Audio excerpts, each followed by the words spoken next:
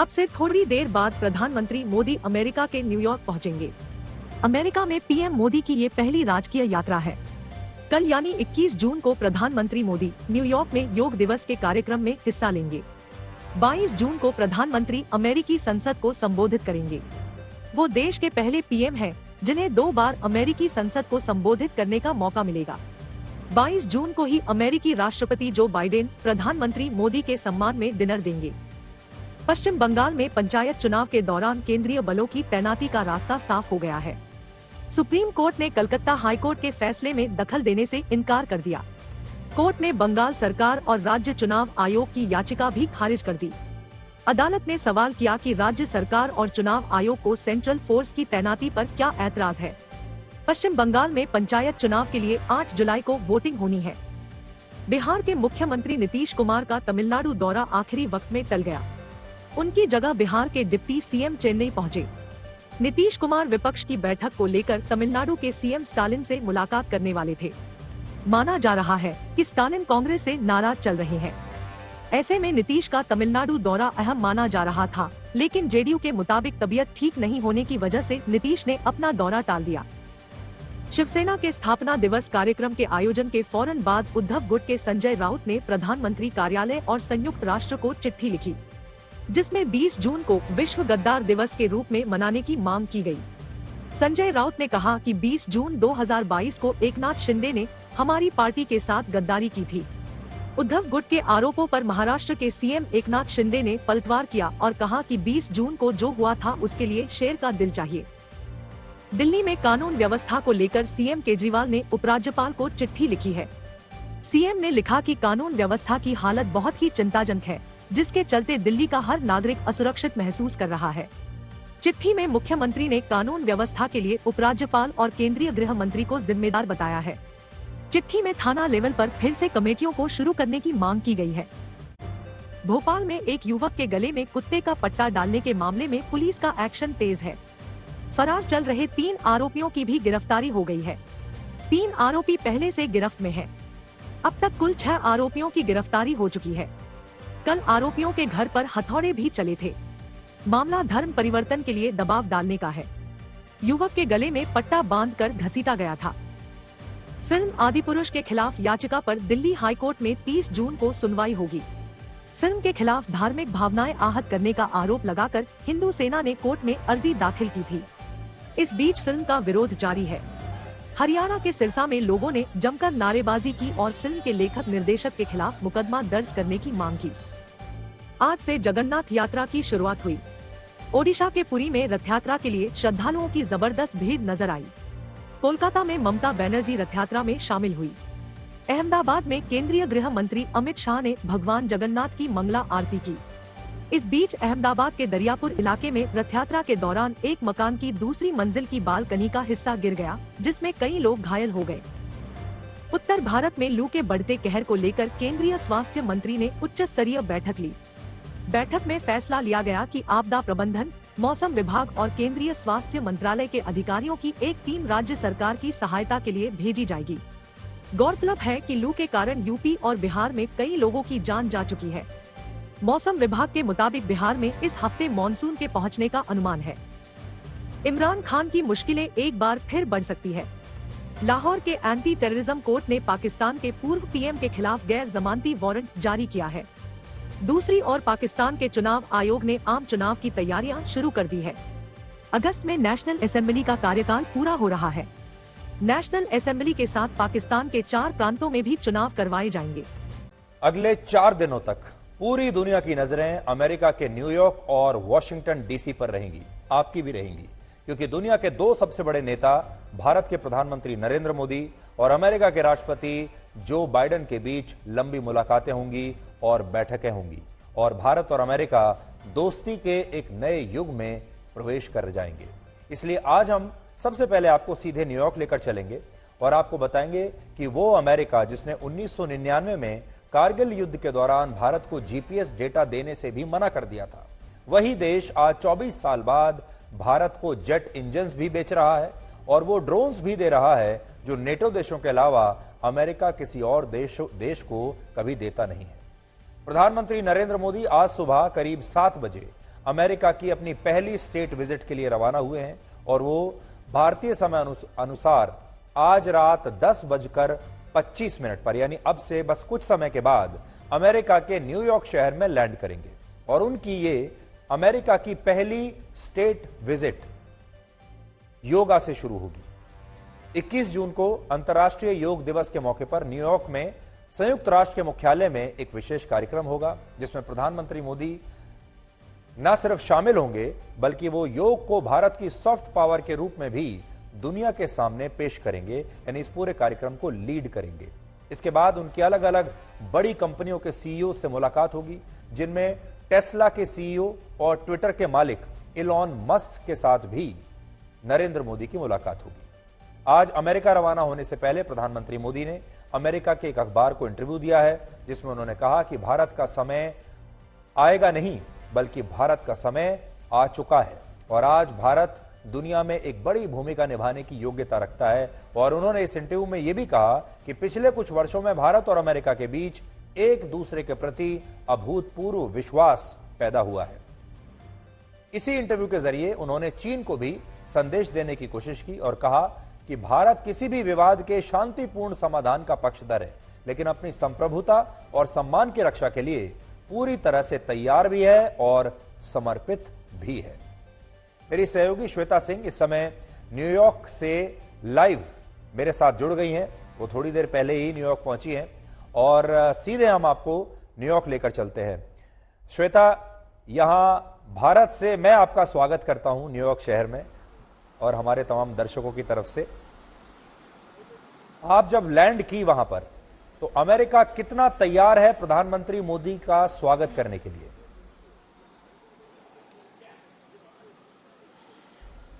देखिए सुधीर, आप भी जानते हैं इस चीज को कि भारत जैसे देश के अलावा बाहर आपको उतना ज्यादा होर्डिंग्स, बैनर्स, इस तरह की चीजें नहीं दिखेंगी, लेकिन हाँ, आपको मन में वो कौतूहल, मन में उत्सुकता और लोगों के मन में प्रेम दिख जाएगा क्योंकि यहाँ पर जितने भी लोग यहाँ पर और जो अमरीकी यहाँ से गुजरते रहे वो सब इस बात को लेकर हैरान रहे कि क्यों इतनी गहमा गहमी यहाँ पर, क्यों इस स्ट्रीट को दोनों तरफ से ब्लॉक कर दिया गया है, क्यों आपको सीक्रेट सर्विस के ऑफिसर्स नजर आ रहे हैं, क्यों आपको यहाँ पर न्यूयॉर्क पुलिस डिपार्टमेंट के इतनी बड़ी संख्या में अफसर नजर आ रहे हैं। तो इन सारी चीजों को लेकर लोग रोक कर पूछते थे कि आप लोग यहाँ पर क्या चल रहा है, कौन आ रहा है। हम बताते थे कि भारत के प्रधानमंत्री, तो कहते थे ओ मिस्टर मोदी।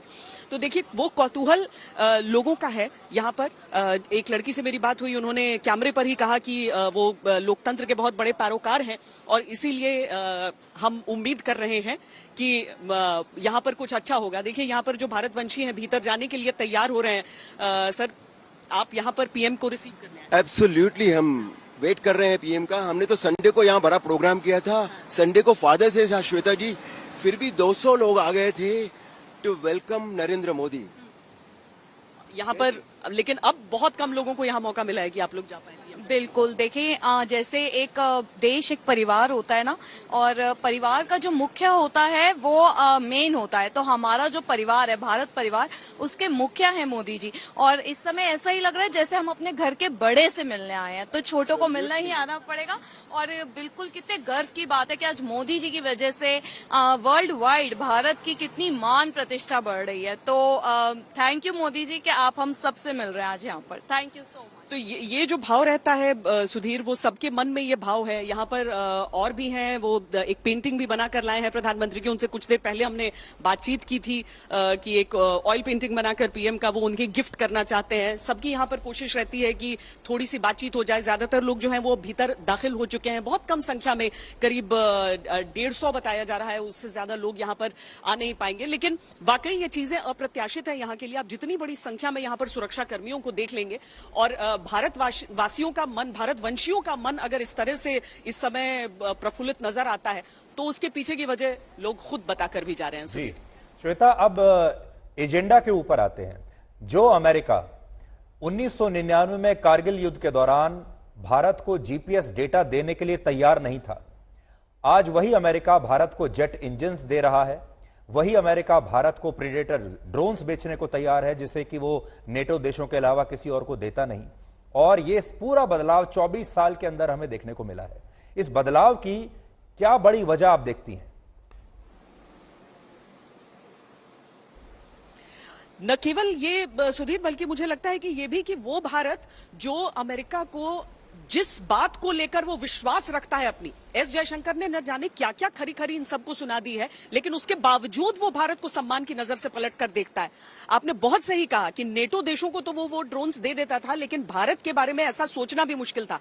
1999, उससे पहले 1971 को हम याद कर लें, जब अमेरिका ने किस तरीके से उस समय रुख अपना रखा था, ये हमारी इतिहास की किताबों में दर्ज है। लेकिन आज अगर ये परिवर्तन आया है, वाजपेयी जी के दौर में शुरुआत हुई, मनमोहन सिंह के दौर में इसे एक लंबा एक सफर रहा, लेकिन उसके बाद 2014 के बाद से थोड़ी सी निजी रिश्ते में बदलाव, थोड़ी सी अनौपचारिकता प्रधानमंत्री मोदी की तरफ से, जो कि पहली बार ऐसा हुआ कि किसी अमेरिकी राष्ट्रपति को उसके फर्स्ट नेम से उन्होंने पुकारा जब बराक ओबामा की बारी आई।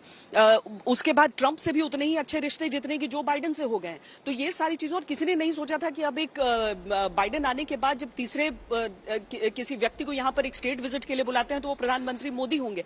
जो सैन्य रिश्ता है दोनों देशों, दोनों देश एक दूसरे से जितने मिलिट्री एक्सरसाइजेस करते हैं उतने दुनिया में किसी और देश से नहीं करते हैं।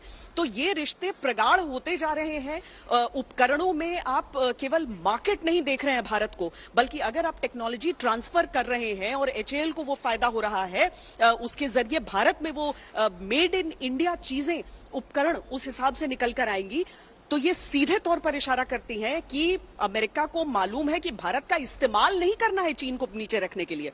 वो जानता है कि भारत ही चीन की चुनौती को इस क्षेत्र में कम कर सकता है, और भारत जैसा देश अगर ज्यादा बढ़कर और एक अपनी भूमिका उस हिसाब से निभाएगा तो वो समूचे विश्व के लिए बेहतर रहेगा। जी श्वेता, आखिरी सवाल। जो बाइडेन बहुत बेताब हैं नरेंद्र मोदी से मिलने के लिए, उनके लिए रेड कार्पेट वेलकम बिल्कुल तैयार है, सारी तैयारियां हो चुकी हैं। इस समय मोदी को बाइडेन की ज्यादा जरूरत है या बाइडेन को मोदी की ज्यादा जरूरत है?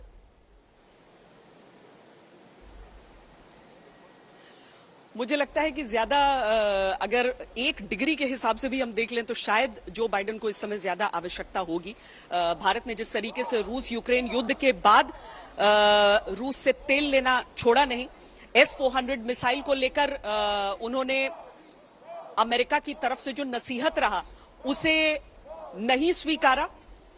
आज अगर दोनों देशों की बातचीत के बीच से ये निकल कर आने की कोशिश की जा रही है कि शायद डाइवर्जेंट जो व्यूज हैं उससे अलग कोई एक व्यू भारत अपना यहां पर रखेगा, अगर प्रधानमंत्री Narendra Modi not an era of war जैसी चीज कहते हैं और उसे पूरी दुनिया लपक लेती है इस हिसाब से कि रूस को थोड़ा नीचे दिखा दिया जाए, रूस को नीचे करने के लिए, चीन को नीचे करने के लिए, लोकतंत्र की बेहतरी के लिए, सब जानते हैं कि इस समय शायद अमेरिका को थोड़ी सी ज्यादा जरूरत भारत की है। जी Shweta, thank you so much आपके इस विश्लेषण के लिए, और हम अगले 4 दिन तक लगातार आपके साथ जुड़े रहेंगे, आपसे पल पल की जानकारी लेते रहेंगे। थैंक यू सो मच, बहुत बहुत धन्यवाद आपका।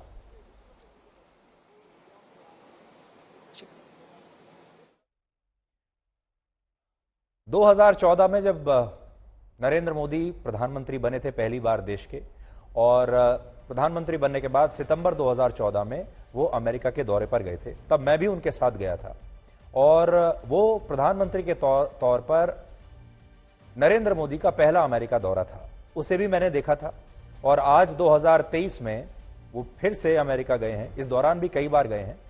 तब में और अब में मैं आपको बता सकता हूं कि बहुत बड़ा फर्क देखने को मिलता है, जमीन पर बहुत बड़ा फर्क देखने को मिलता है। उस 2014 के बाद आज 2023 के अगर आप इस यात्रा को देखें तो, और हो सकता है उस समय भारत को अमेरिका की थोड़ी ज्यादा जरूरत थी, 2014 की बात कर रहा हूं या उससे पहले की, लेकिन आज 2023 में स्थिति बिल्कुल बदल चुकी है। इसलिए आज उस स्थिति का हम एक ब्लैक एंड व्हाइट विश्लेषण आपके लिए करेंगे। और जो मैं श्वेता से अभी बात पूछ रहा था कि मोदी और बाइडेन में से किसकी ज्यादा जरूरत है, सबसे पहले अपने विश्लेषण की शुरुआत हम यहीं से करते हैं और आपको बताते हैं कि किसे किसकी ज्यादा आवश्यकता है। लेकिन उससे पहले आपको भारत और अमेरिका के बारे में कुछ रोचक और जरूरी बातें पता होनी चाहिए। अमेरिका दुनिया का सबसे पुराना लोकतंत्र है और भारत दुनिया का सबसे बड़ा लोकतंत्र है। भारत के पास दुनिया की सबसे बड़ी आबादी है और अमेरिका के पास दुनिया की सबसे बड़ी अर्थव्यवस्था है। भारत दुनिया में हथियारों का सबसे बड़ा खरीदार है और अमेरिका दुनिया में हथियारों का सबसे बड़ा विक्रेता यानी सौदागर है। भारत के पास दुनिया का सबसे बड़ा बाजार है और अमेरिका के पास दुनिया की सबसे बड़ी करेंसी है जिसे यूएस डॉलर कहते हैं। और भारत के पास दुनिया के सबसे लोकप्रिय नेता के रूप में प्रधानमंत्री नरेंद्र मोदी हैं, जबकि अमेरिका के पास राष्ट्रपति के रूप में जो बाइडेन हैं, जो दुनिया के सबसे उम्र दराज नेताओं में से एक हैं और अब उनकी जो पॉपुलैरिटी रेटिंग है वो घटती जा रही है।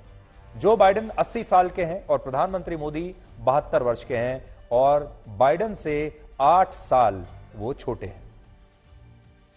अब आप ये देखिए कि राष्ट्रपति जो बाइडेन के लिए प्रधानमंत्री नरेंद्र मोदी इतने जरूरी क्यों हैं और वो मोदी के लिए इतने बेताब क्यों हैं। पहले आपको यही बताते हैं। इसकी पहली वजह है अमेरिका और दुनिया में जो बाइडेन की घटती लोकप्रियता, और इस घटती लोकप्रियता के पीछे जो बाइडेन की 5 बड़ी नाकामियां हैं जो आप नोट कीजिए। उनकी पहली नाकामी, वो राष्ट्रपति बनने के 2.5 वर्ष के बाद भी अमेरिका इज बैक का अपना वादा पूरा नहीं कर पाए। जब वो आए थे तो वो कहते थे अमेरिका इज बैक, लेकिन आज भी अमेरिका वही है जहां था, यानी अमेरिका इज बैक के अपने नारे को वो पूरा नहीं कर पाए। और वहां के जो लोग हैं वो काफी डिसअपॉइंटेड हैं उनसे कि उन्होंने वादे तो बहुत बड़े बड़े किए थे लेकिन वो कर कुछ नहीं पाए। दूसरी नाकामी, अफगानिस्तान से उन्होंने अपने सैनिकों को वापस बुलाया या कह लीजिए बुलाना पड़ा। ये उनका जो निर्णय था ये गलत साबित हुआ। आप जानते हैं जब अमेरिकी फौज अफगानिस्तान से निकल आई थी उसके बाद अफगानिस्तान की हालत कितनी खराब हो गई और कैसे तालिबान ने पूरे अफगानिस्तान पर कब्जा कर लिया। और लोग कहते हैं कि अमेरिका की फौज अफगानिस्तान के लोगों को अकेला छोड़कर वहां से भाग गई। ये जो बाइडेन की एक बहुत गलत नीति थी, ये फैसला गलत साबित हुआ। तीसरा, वो ईरान के साथ न्यूक्लियर डील को भी अंतिम रूप नहीं दे पाए। चौथी नाकामी, यूक्रेन में रशिया के युद्ध को वो रोक नहीं पाए और वो रशिया को भी रोक नहीं पाए कि वो यूक्रेन की सीमाओं में ना घुसे, यानी यूक्रेन की सीमाओं में घुसने से वो रशिया को रोक नहीं पाए और अमेरिका की जो सुपर पावर की जो छवि थी उस छवि को काफी नुकसान पहुंचा। और पांचवी नाकामी ये कि जो बाइडेन के कार्यकाल में चीन के साथ भी अमेरिका के रिश्ते और खराब हुए हैं और जो बाइडेन की अलग अलग नीतियों की वजह से अमेरिका में महंगाई रिकॉर्ड स्तर पर पहुंच गई और बहुत सारे लोगों की नौकरियां वहां पर चली गई, जिसकी वजह से लोगों के बीच उनकी लोकप्रियता अब काफी कम हो गई है। तो पहले तो आप ये जान लीजिए कि जो बाइडेन इस समय वहां अच्छी स्थिति में नहीं है, मजबूत स्थिति में नहीं है और विदेश नीति की अगर हम बात करें तो एक के बाद एक उन्होंने गलत फैसले लिए हैं और वो 5 गलत फैसले अभी मैंने आपको बताए। अब देखिए उनकी लोकप्रियता घट कैसे रही है। मई 2023 में बतौर राष्ट्रपति जो बाइडेन की अप्रूवल रेटिंग घटकर सिर्फ 36% रह गई और अमेरिका के ज्यादातर लोगों ने ऐसा माना कि जो बाइडेन अमेरिका के इतिहास के सबसे बूढ़े और सबसे कमजोर राष्ट्रपतियों में से एक है। लेकिन अब अगर इस घटती लोकप्रियता के बीच जो बाइडेन को प्रधानमंत्री मोदी का साथ मिल जाता है तो ये जो बाइडेन के लिए एक बहुत बड़ी सफलता होगी, क्योंकि प्रधानमंत्री मोदी दुनिया के सबसे लोकप्रिय नेता इस समय हैं और वो भारत की राजनीति में सबसे मजबूत हैं, दुनिया की राजनीति में भी एक बहुत मजबूत नेता है। दुनिया में प्रधानमंत्री मोदी की रेटिंग सबसे ज्यादा 76% है, जबकि राष्ट्रपति जो बाइडेन की रेटिंग सिर्फ 41% है। तो लोकप्रियता के मामले में भारत के प्रधानमंत्री नरेंद्र मोदी पूरी दुनिया में सबसे ज्यादा लोकप्रिय नेता इस समय हैं और जो बाइडेन उनसे बहुत पीछे हैं। प्रधानमंत्री मोदी नंबर 1 पर हैं जैसा आप देख सकते हैं और जो बाइडेन नंबर 7 पर है।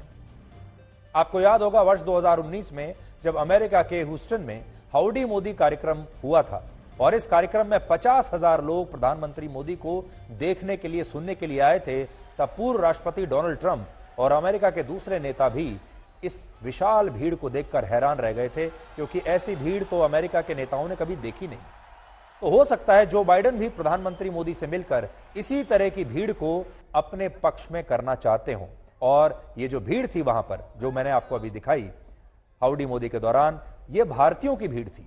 अब जो बाइडेन ये जरूर कोशिश करेंगे कि नरेंद्र मोदी के बगल में खड़े होकर, नरेंद्र मोदी के साथ फोटो खिंचाकर, हाथ मिलाकर, उनसे दोस्ती करके वो जो भारतीय हैं भारतीय समुदाय के जो लोग हैं अमेरिका में, उनकी वोटों को अगले चुनाव में हासिल करना। और जो वो कर रहे हैं, इसके पीछे जो बड़ी वजह हो सकती है वो है अगले साल यानी 2024 में अमेरिका में राष्ट्रपति पद के लिए होने वाला चुनाव। असल में प्रधानमंत्री मोदी अमेरिका में रह रहे भारतीय मूल के लोगों के बीच बहुत ही लोकप्रिय हैं और इन भारतीयों को अमेरिका में राजनीतिक और आर्थिक रूप से बहुत महत्वपूर्ण माना जाता है। अमेरिका की 34 करोड़ की आबादी में 49 लाख लोग भारतीय मूल के हैं। 34 करोड़ में से 49 लाख भारत के लोग हैं।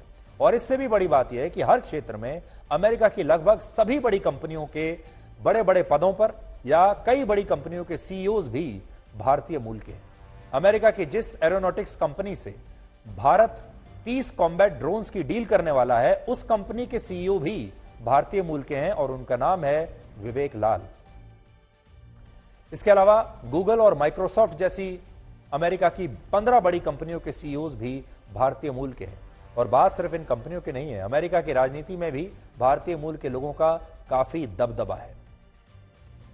जो बाइडेन की अपनी सरकार में कुल 17 लोग ऐसे हैं जो भारतीय मूल के हैं और अमेरिका की उपराष्ट्रपति कमला हैरिस भी भारतीय मूल की ही हैं। यानी अमेरिका में भारतीय मूल के लोगों के पास ताकत और उनकी जो सॉफ्ट पावर है वो बहुत ज्यादा है। वोट भले ही उनकी कम है, लेकिन उनकी सॉफ्ट पावर बहुत ज्यादा है और इन लोगों के बीच वहां प्रधानमंत्री मोदी बहुत ही लोकप्रिय है। और इस बात को आप इन तस्वीरों से भी समझ सकते हैं जो उस एकता रैली की हैं जो अमेरिका के 20 अलग अलग शहरों में प्रधानमंत्री मोदी के लिए निकाली गई। और ये सारे लोग प्रधानमंत्री मोदी की इस अमेरिका यात्रा को बहुत ही स्पेशल बनाना चाहते हैं। यहां दिलचस्प बात यह है कि अमेरिका में भारत के प्रधानमंत्री नरेंद्र मोदी के लिए तो इतनी भीड़ इकट्ठा हो जाती है, लेकिन अमेरिका के राष्ट्रपति जो बाइडेन को देखने के लिए भी शायद अमेरिका में इतनी भीड़ इकट्ठा नहीं होगी। इसलिए अगर प्रधानमंत्री मोदी का साथ जो बाइडेन को मिल जाता है तो इसका असर अमेरिका में अगले साल होने वाले राष्ट्रपति पद के चुनावों और जो बाइडेन की अपनी लोकप्रियता पर भी दिखेगा। और शायद इसीलिए जो बाइडेन प्रधानमंत्री मोदी से मिलने के लिए इतने बेताब हैं। हालांकि यहां आज बात सिर्फ लोकप्रियता की नहीं है, बात और भी है। जो बाइडेन की इस बेताबी के पीछे एक दूसरी वजह है भारत का सबसे बड़ा बाजार। आज भारत के पास दुनिया में सबसे ज्यादा ग्राहक है। हमारे देश में 142 करोड़ लोग रहते हैं और राष्ट्रपति जो बाइडेन की नजर भारत के इसी सबसे बड़े बाजार पर है। उनका सबसे ज्यादा जोर इस बार रक्षा के क्षेत्र पर है और प्रधानमंत्री मोदी के इस अमेरिका दौरे में भी भारत और अमेरिका के बीच कई महत्वपूर्ण रक्षा सौदों पर सहमति होगी, जिनमें सबसे बड़ी जो डील है वो टेक्नोलॉजी ट्रांसफर को लेकर हो सकती है। अब भारत अमेरिका से सिर्फ टेक्नोलॉजी खरीदेगा नहीं, बल्कि टेक्नोलॉजी ट्रांसफर करेगा। इस डील के तहत भारत चाहता है कि अमेरिका अपने जेट इंजन की टेक्नोलॉजी भारत को ट्रांसफर करे ताकि भारत में इस तरह के जेट इंजन का उत्पादन हो सके और हम खुद अपना हवाई जहाज बना सके, अपने फाइटर जेट्स बना सके। और जिस इंजन की डील हो रही है, इस इंजन को GEF 414 turbo fan jet engine कहते हैं और इसमें GE का मतलब है जनरल इलेक्ट्रिक, ये कंपनी का नाम है। ये अमेरिका की वो कंपनी है जिसने इस जेट इंजन को विकसित किया है और ये इंजन अभी अमेरिका के सबसे खतरनाक लड़ाकू विमान में इस्तेमाल होता है, जिसे हम F-18 हॉर्नेट कहते हैं। इस विमान में जो इंजन इस्तेमाल होता है उसी इंजन का सौदा भारत कर रहा है और यह इंजन बहुत जल्दी हमारा होगा। भारत की कोशिश है कि अमेरिका के इस जेट इंजन से जुड़ी 11 टेक्नोलॉजीज उसे ट्रांसफर हो जाएं, क्योंकि भारत अपने स्वदेशी लड़ाकू विमान तेजस MK2 के नए वर्जन में अमेरिका के इसी जेट इंजन को लगा सके। अगर यह डील हो गई तो भारत दुनिया का पहला ऐसा देश होगा जिससे अमेरिका जेट इंजन बनाने की अपनी यह टेक्नोलॉजी ट्रांसफर करेगा। और यह डील अमेरिका की कंपनी जनरल इलेक्ट्रिक और भारत की कंपनी हिंदुस्तान एरोनॉटिक्स लिमिटेड के बीच होगी। यह बहुत बड़ी लैंडमार्क डील है, ऐतिहासिक डील है और इससे आपको यह पता चलेगा कि यह टेक्नोलॉजी जो अमेरिका किसी को नहीं देता वो भारत के लिए देने को तैयार हो गया।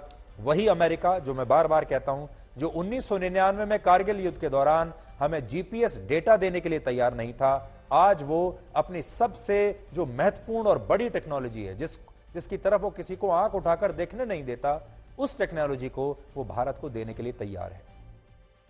आपके मन में यह सवाल भी होगा कि जिस जेट इंजन की टेक्नोलॉजी अमेरिका ने आज तक किसी को नहीं दी, उस टेक्नोलॉजी को वो भारत को देने के लिए क्यों तैयार होगा? तो इसका कारण यह है कि अमेरिका रशिया को पीछे छोड़कर भारत को हथियार एक्सपोर्ट करने वाला दुनिया का सबसे बड़ा देश बनना चाहता है। यानी भारत के जो हथियारों का जो बाजार है उसमें सबसे ज्यादा शेयर अमेरिका चाहता है। भारत पूरी दुनिया में सबसे ज्यादा हथियार खरीदने वाला देश है, यानी हथियारों का सबसे बड़ा बाजार भारत है, जबकि अमेरिका पूरी दुनिया में सबसे ज्यादा हथियार बेचने वाला देश है। तो पहला रिश्ता तो यही है, हम सबसे बड़े खरीदार हैं हथियारों के और वो सबसे बड़े सौदागर हैं हथियारों के। लेकिन इसके बावजूद भारत जो हथियार खरीदता है उसमें अमेरिका की हिस्सेदारी अभी तक बहुत कम रही है। भारत को 45% हथियार आज भी रशिया से मिलते हैं, 29% फ्रांस से हम खरीदते हैं और सिर्फ 11% हथियार हम अमेरिका से खरीदते हैं। और अमेरिका अपनी इसी हिस्सेदारी को अब 11% से बढ़ाकर 30 से 40% तक लेकर जाना चाहेगा और इसीलिए वो भारत के साथ कई तरह के रक्षा सौदों पर बात कर रहा है। वो भारत को एक क्लाइंट की तरह देख रहा है और वो चाहता है कि ये ग्राहक मेरे हाथ से जाना नहीं चाहिए, दुनिया का सबसे बड़ा ग्राहक है। यहां आप समय के इस चक्र को भी देखिए कि जिस अमेरिका ने आज से 25 साल पहले पोखरण में हुए परमाणु परीक्षण के बाद भारत पर कई तरह के आर्थिक प्रतिबंध लगाए थे और 24 साल पहले 1999 के कारगिल युद्ध में कारगिल का जीपीएस डेटा देने से इनकार कर दिया था, वो अमेरिका आज भारत को अपने जेट इंजन की टेक्नोलॉजी देने के लिए तैयार हो गया, जो उसने आज तक किसी और देश को नहीं दी थी। रक्षा क्षेत्र के अलावा अमेरिका भारत का सबसे बड़ा ट्रेड पार्टनर भी है। भारत के 5 सबसे बड़े ट्रेड पार्टनर्स में अमेरिका पहले नंबर पर है, चीन दूसरे नंबर पर, यूएई तीसरे, सऊदी अरब चौथे और रशिया 5वें नंबर पर है। बड़ी बात यह है कि इन 5 देशों में अमेरिका इकलौता ऐसा देश है जिसके साथ भारत का ट्रेड नेगेटिव में नहीं, यानी घाटे में नहीं है। अमेरिका के मामले में खास बात यह है कि भारत की वजह से अमेरिका के लोगों को रोजगार भी मिल रहा है। हाल ही में एयर इंडिया और अमेरिका की बोइंग कंपनी के बीच 200 नए विमान खरीदने की डील हुई, जिससे अमेरिका के 10 लाख लोगों को रोजगार मिलने का अनुमान है। यानी हमारी कंपनियां अमेरिका के 10 लाख लोगों को रोजगार देंगी और अमेरिका में भारत की कंपनियों ने जो निवेश किया है उससे वहां 4,25,000 लोगों को नौकरियां मिल रही हैं। तो भारत की ताकत को समझिए आप। सोचिए, आज से कुछ वर्षों पहले तक किसी ने यह कल्पना भी नहीं की थी कि एक दिन ऐसा आएगा जब भारत की वजह से अमेरिका के लोगों को रोजगार मिलने लगेगा। और यहां बात सिर्फ रोजगार की नहीं है, इसके अलावा आज अमेरिका के लिए सबसे बड़ी चुनौती है चीन और चीन की घेराबंदी। और चीन की घेराबंदी के लिए अमेरिका को भारत से अच्छा पार्टनर कोई मिल नहीं सकता। भारत इकलौता ऐसा देश है जो प्रोडक्शन के मामले में, यानी एक प्रोडक्शन हब बनने के मामले में, ग्लोबल सप्लाई चेन के मामले में, स्किल्ड और सस्ती लेबर के मामले में चीन को पीछे छोड़ सकता है। सिर्फ हम ही हैं जो इन तमाम मामलों में, फैक्ट्रियों के मामले में, चीप लेबर के मामले में, प्रोडक्शन हब बनने के मामले में, सप्लाई चेन के मामले में चीन को पीछे छोड़ने की ताकत रखते हैं अकेला भारत। इसलिए अमेरिका अगर चीन को दबाना चाहता है तो बिना भारत के कर नहीं पाएगा। अगर अमेरिका इंडो पैसिफिक रीजन में चीन के खिलाफ अपनी स्थिति को मजबूत करना चाहता है तो क्वाड में भी उसके लिए भारत के साथ पार्टनरशिप बहुत महत्वपूर्ण है, क्योंकि क्वाड में जो 4 देश हैं उनमें भारत अकेला ऐसा देश है जिसकी सीमाएं चीन के साथ लगती हैं। बाकी तीनों देश, ऑस्ट्रेलिया, जापान और अमेरिका का लैंड बॉर्डर चीन के साथ नहीं लगता। यानी ये वो देश हैं जो दूर बैठे बैठे ही चीन के साथ लड़ाई लड़ रहे हैं, लेकिन भारत चीन के साथ बॉर्डर शेयर करता है। इसके अलावा भारत दुनिया की 5वीं सबसे बड़ी अर्थव्यवस्था है। भारत दुनिया के 9 परमाणु संपन्न देशों में से एक है और रशिया के साथ भारत के ऐतिहासिक संबंध अब तक रहे हैं। इसलिए भारत के लिए भी अमेरिका के साथ कूटनीतिक दोस्ती को यह नया पड़ाव देना कई मायनों में जो बाइडेन के लिए बहुत ही ऐतिहासिक होगा। आज जो बाइडेन ये जानते हैं कि भारत दुनिया की सबसे बड़ी लोकतांत्रिक ताकत है, सबसे बड़ा लोकतांत्रिक देश है, भारत न्यूक्लियर स्टेट है, भारत रशिया का इतना पुराना पार्टनर रहा है और इस सब के बावजूद भारत के प्रधानमंत्री आज जो बाइडेन के साथ बातचीत करेंगे, अगले 4 दिन तक दोस्ती करेंगे और बड़ी बड़ी डील साइन करेंगे। और ये जो फोटो खींचेगी, ये जो समझौते होंगे, ये जो 4 दिन का जो स्टेट विजिट है नरेंद्र मोदी की, ये जो बाइडेन के लिए एक ट्रॉफी की तरह है, एक उपलब्धि की तरह है। और जो बाइडेन इस ट्रॉफी के जरिए, इस उपलब्धि के जरिए अपने देश के लोगों को भी और दुनिया के लोगों को भी ये बताएंगे कि मैं एक सफल नेता हूं और मैं एक सफल राष्ट्रपति हूं। और इस समय उन्हें नरेंद्र मोदी की इसलिए सबसे ज्यादा आवश्यकता है। इसलिए जब वो फोटो खींचेगी जिसमें नरेंद्र मोदी और जो बाइडेन एक साथ नजर आएंगे, उस फोटो का फायदा नरेंद्र मोदी को कम होगा, जो बाइडेन को ज्यादा होगा।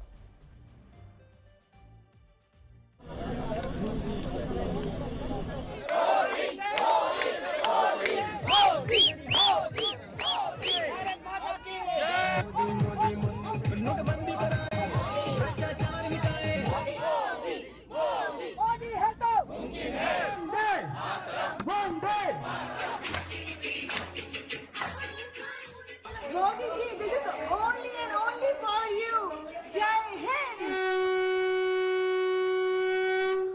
राम राम मोदी जी, आपका यूएस में स्वागत है। भारत से बाहर जो भारत बसता है वो भारत को लेकर भावुक ज्यादा होता है। और यहाँ पर प्रधानमंत्री नरेंद्र मोदी के लिए समाये हैं। यहाँ पर ये पेंटिंग बनाई किसने है? आपने बनाई है? Huh.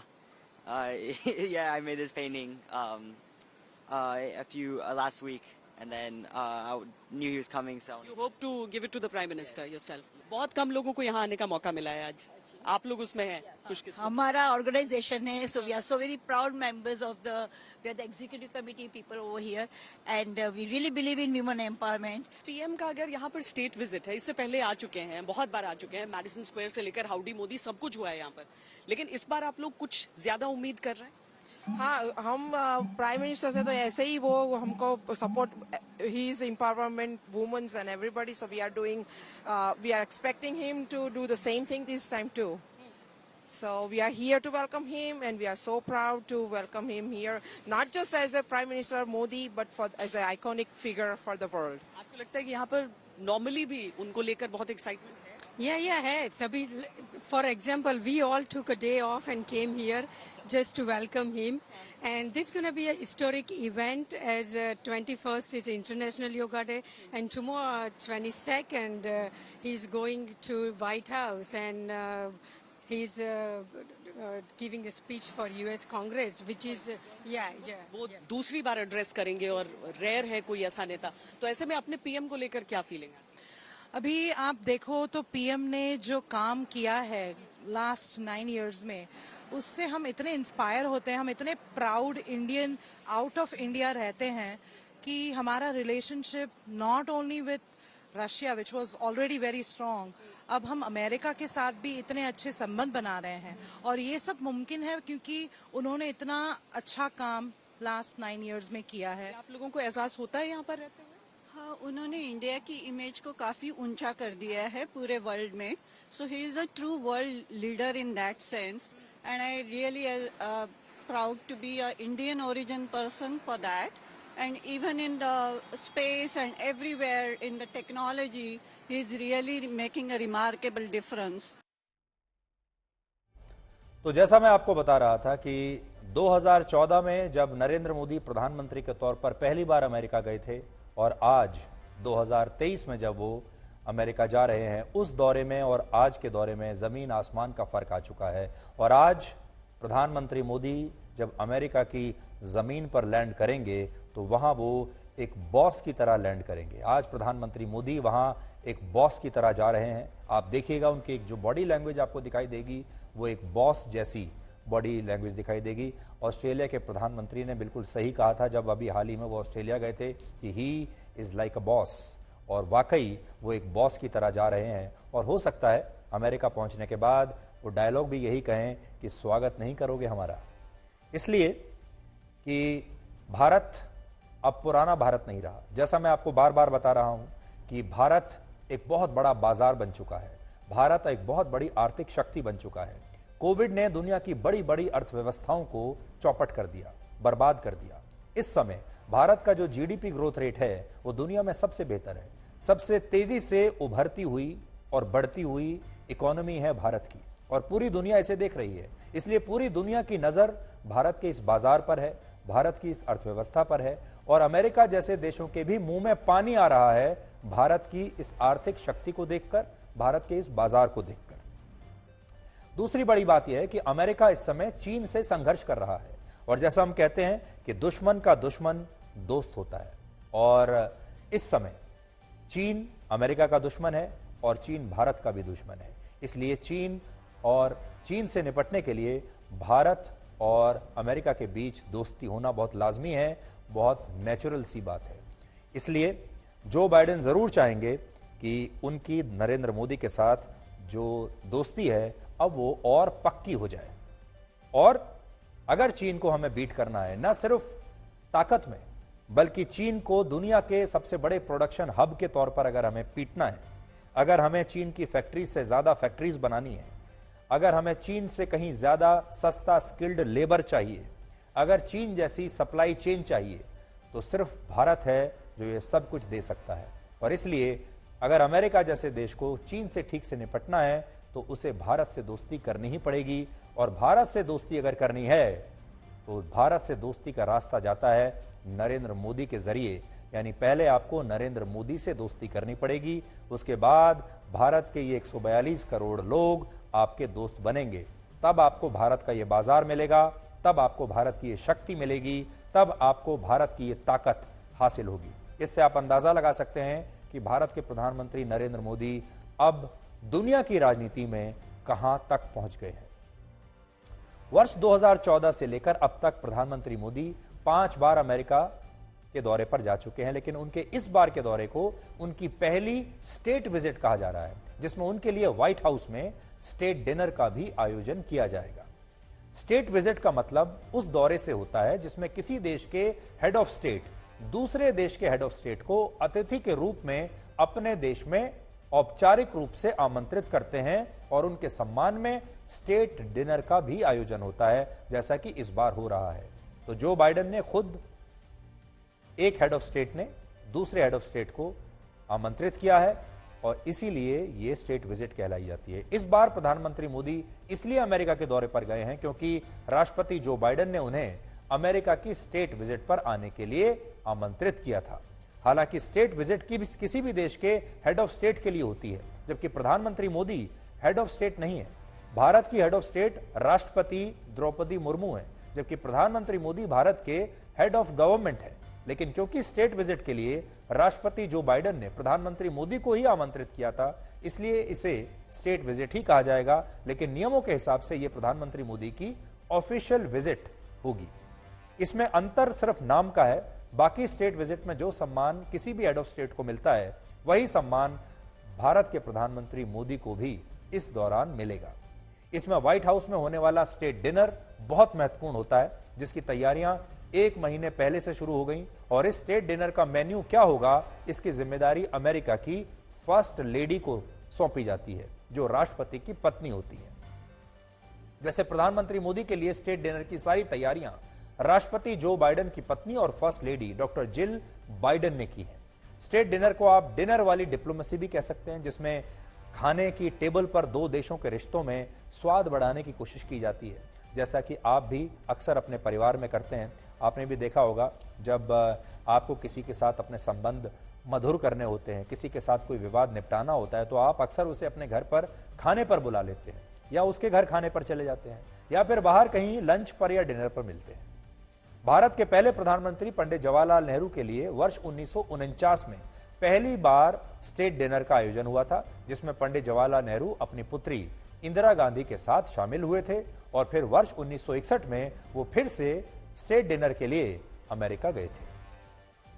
नेहरू के बाद उनकी पुत्री और पूर्व प्रधानमंत्री इंदिरा गांधी, उनके पुत्र और पूर्व प्रधानमंत्री राजीव गांधी, और फिर पूर्व प्रधानमंत्री अटल बिहारी वाजपेयी, और वर्ष 2009 में पूर्व प्रधानमंत्री डॉक्टर मनमोहन सिंह के लिए भी व्हाइट हाउस में स्टेट डिनर का आयोजन हुआ। और अब प्रधानमंत्री मोदी के लिए पहली बार व्हाइट हाउस में यह स्टेट डिनर का आयोजन हो रहा है। इसके अलावा प्रधानमंत्री मोदी वर्ष 2016 के बाद दूसरी बार यूएस कांग्रेस की जॉइंट मीटिंग को संबोधित करेंगे, और यह एक ऐसा सम्मान है जो दुनिया में बहुत ही कम नेताओं को अमेरिका से मिला है। और जो बहुत कम नेता हैं जिन्हें सम्मान मिला है, इनमें ब्रिटेन के पूर्व प्रधानमंत्री विंस्टन चर्चिल, दक्षिण अफ्रीका के पहले राष्ट्रपति नेल्सन मंडेला, और इजराइल के प्रधानमंत्री बेंजामिन नेतन्याहू, और पूर्व प्रधानमंत्री यित्ज़ाक राबिन का नाम है और इस सूची में प्रधानमंत्री मोदी का नाम भी अब जुड़ जाएगा। बहुत छोटी सूची है ये और इस सूची में अब उनका नाम भी है।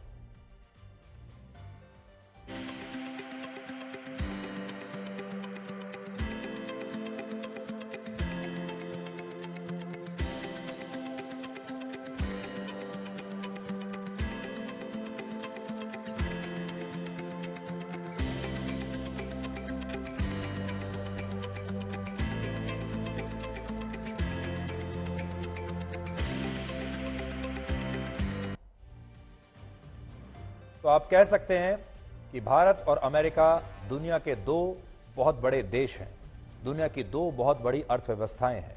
नरेंद्र मोदी और जो बाइडेन दुनिया के दो सबसे बड़े नेता हैं और अगले 4 दिन तक पूरी दुनिया की नजरें अब अमेरिका पर रहने वाली हैं, क्योंकि भारत और अमेरिका दोस्ती के एक नए अध्याय में, दोस्ती के एक नए युग में प्रवेश करने वाले हैं। इसलिए अगले 3-4 दिन तक आप भी हमारे साथ बने रहिए, क्योंकि ये यात्रा बहुत महत्वपूर्ण है और आपको इस यात्रा का जो असर है वो आने वाले वर्षों में दिखाई देगा।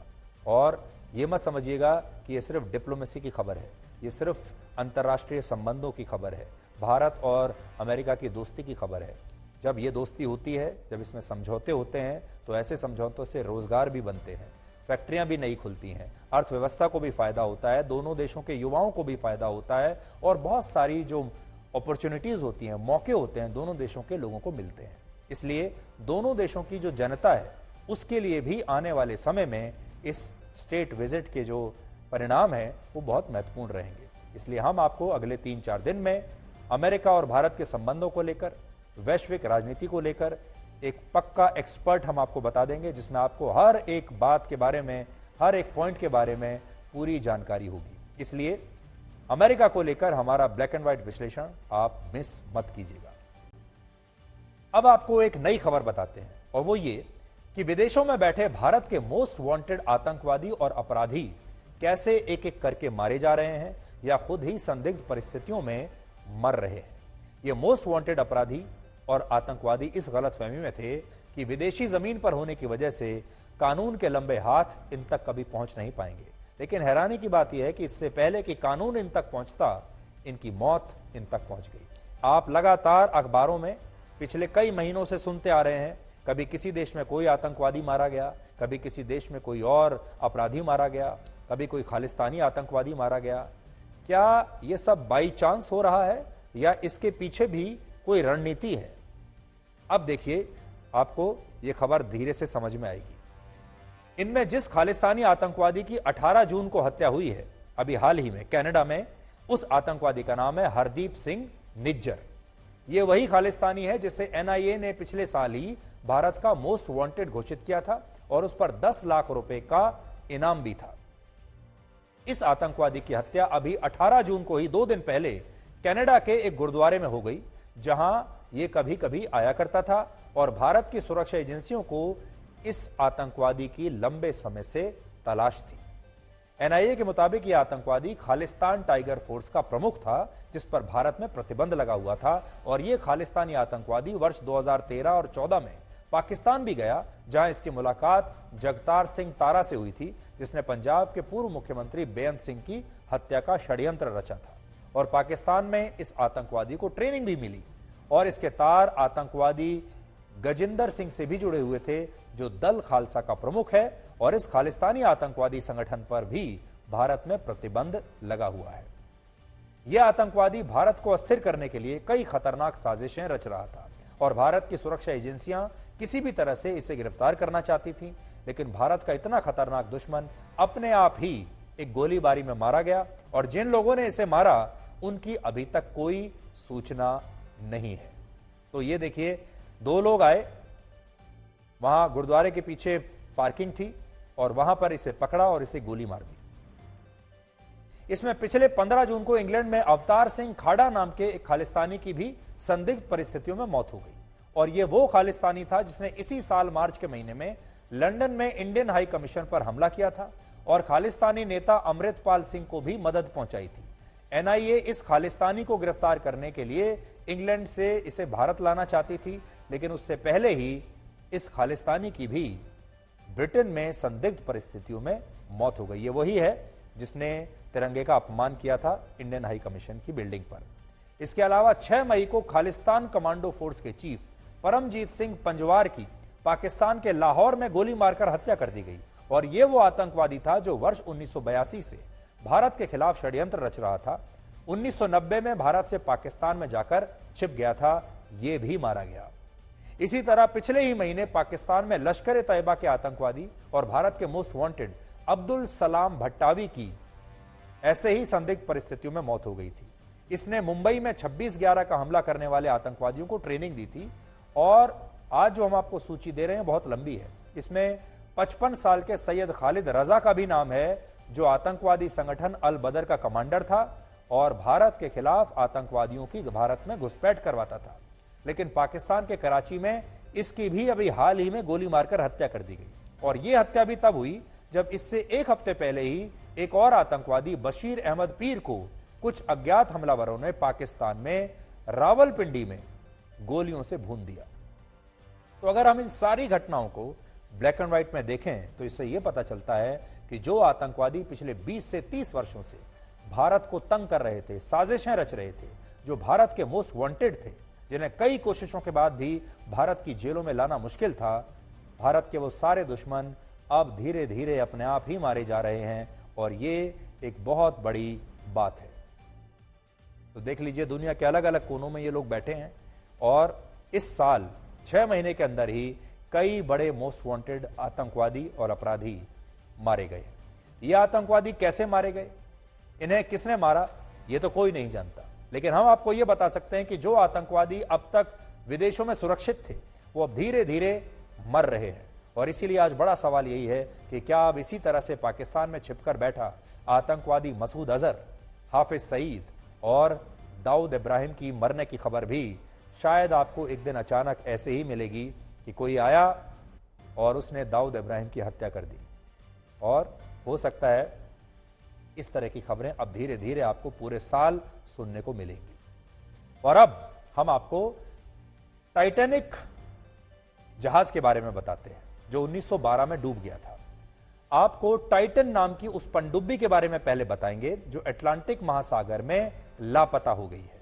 और यह पनडुब्बी जिसका नाम है टाइटन, ये टाइटैनिक को ढूंढने गई थी असल में।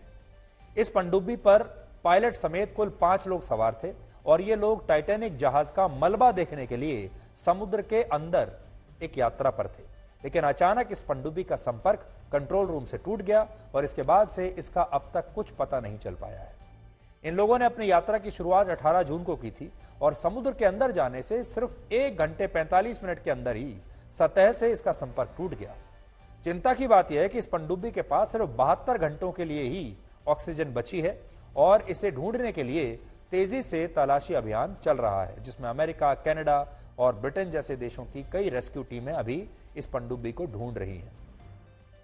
टाइटन नाम की यह पनडुब्बी बहुत आधुनिक है और इसे ओशन गेट नाम की एक कंपनी संचालित करती है। यह पनडुब्बी अमेरिकी स्पेस एजेंसी नासा के सहयोग से तैयार हुई है और समुद्र में कम्युनिकेशन के लिए यह इलॉन मस्क के सैटेलाइट स्टार लिंक का इस्तेमाल करती है।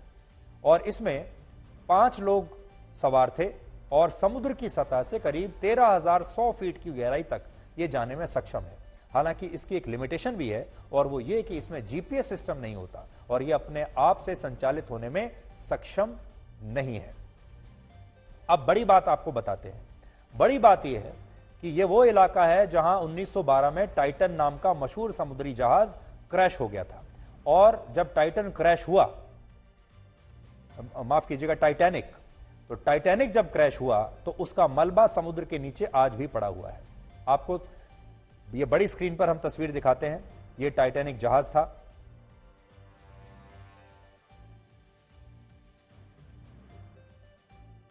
और टाइटैनिक जहाज अटलांटिक महासागर में जाकर 1912 में यहां पर डूबा था। और अब ये जो टाइटन नाम की पनडुब्बी है, इसका किराया है 2 करोड़ रुपए प्रति व्यक्ति। और 2 करोड़ रुपए की टिकट लेकर आज भी बहुत सारे ऐसे लोग हैं जो समुद्र की सतह में जाकर टाइटैनिक जहाज के मलबे को देखना चाहते हैं और उसके लिए इस पनडुब्बी का इस्तेमाल किया जाता है। 2 करोड़ रुपए की टिकट लेते हैं और तब जाकर ये टाइटैनिक का जो मलबा आप देख रहे हैं, इसे देखने के लिए लोग जाते हैं। अब सोचिए, टाइटैनिक के डूबने के करीब 111 साल बाद भी लोग टाइटैनिक का मलबा देखने के लिए करोड़ों रुपए खर्च करके अपनी जान जोखिम में डालने के लिए तैयार है। आप देखिए, आपको और थोड़ा बड़ी स्क्रीन पर अच्छे से नजर आएगा। टाइटैनिक जहाज 10 अप्रैल 1912 को इंग्लैंड के साउथहैम्पटन बंदरगाह से अमेरिका के न्यूयॉर्क शहर के लिए निकला था। उस समय इसमें 2000 से ज्यादा लोग थे, लेकिन 15 अप्रैल 1912 को यह टकरा गया बर्फ के बड़े ग्लेशियर से और उसके बाद यह डूब गया था।